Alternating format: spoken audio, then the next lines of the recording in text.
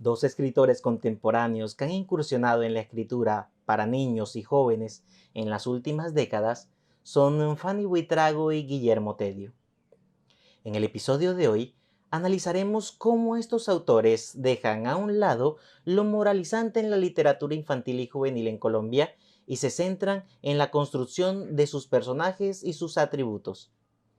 Además, veremos cómo revelan una preocupación por el entorno local que va más allá del pretexto y que sumerge a los nuevos lectores en un proceso que les permite el reconocimiento de sí mismos, llegando incluso a cuestionarse sus roles en el grupo social al que pertenecen. Bienvenidos.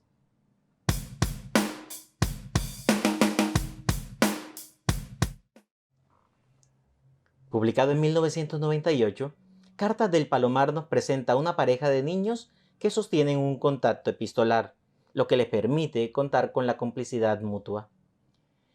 El texto sugiere que entre ellos hay una capacidad para reconocerse como miembros de comunidades exclusivas, la familia inmediata, el estrato social al que pertenecen y, más aún, el poder descubrirse capaces de hacer un proyecto individual de vida e integrarlo a su rol en medio de la sociedad en que se desenvuelven.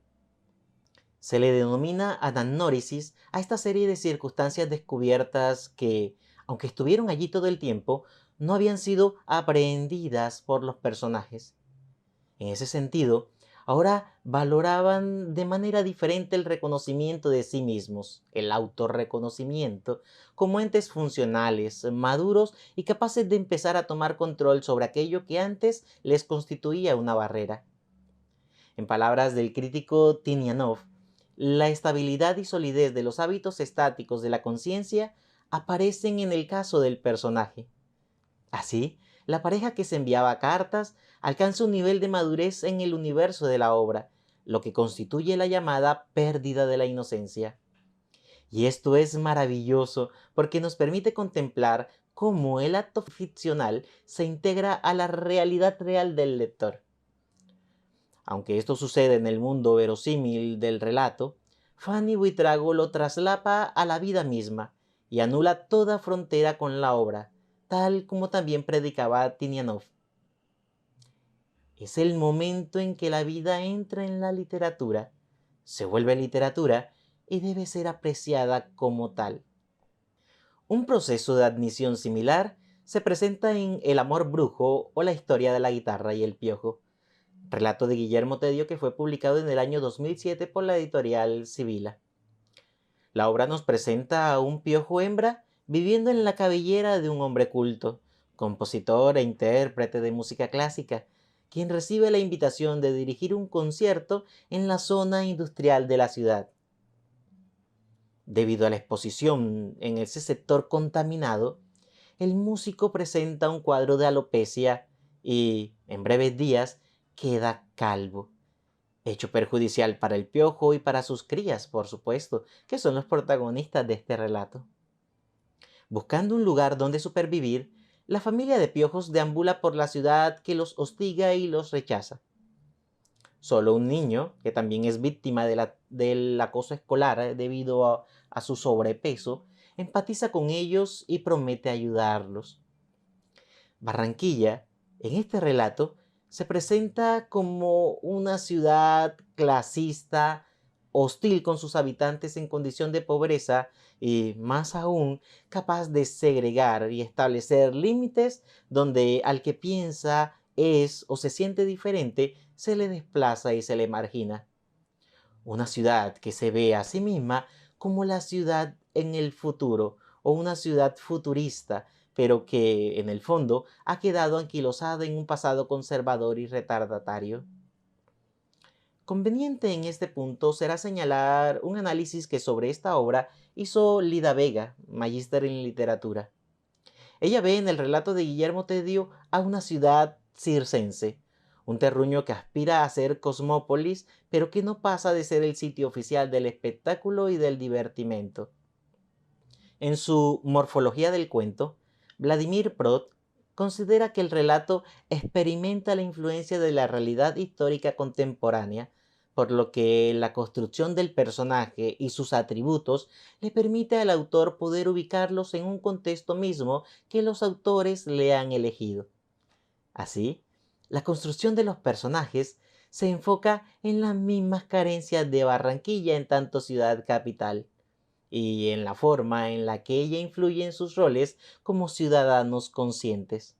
Pese a que una década separa las publicaciones de ambos autores, el diálogo intertextual nos revela una inquietud común tanto en Fanny Buitrago como en Guillermo Tedio: la construcción sólida de personajes juveniles que alcanzan a comprender sus roles activos en la sociedad falaz en que conviven.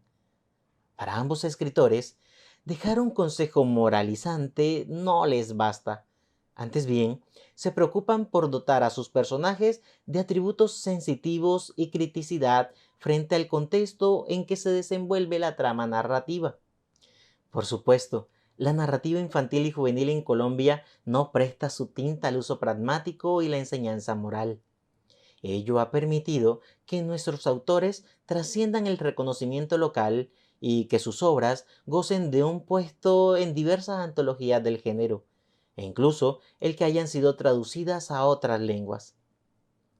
¿Cierto que resultaría grato hablar con alguno de estos escritores a los que nos hemos referido?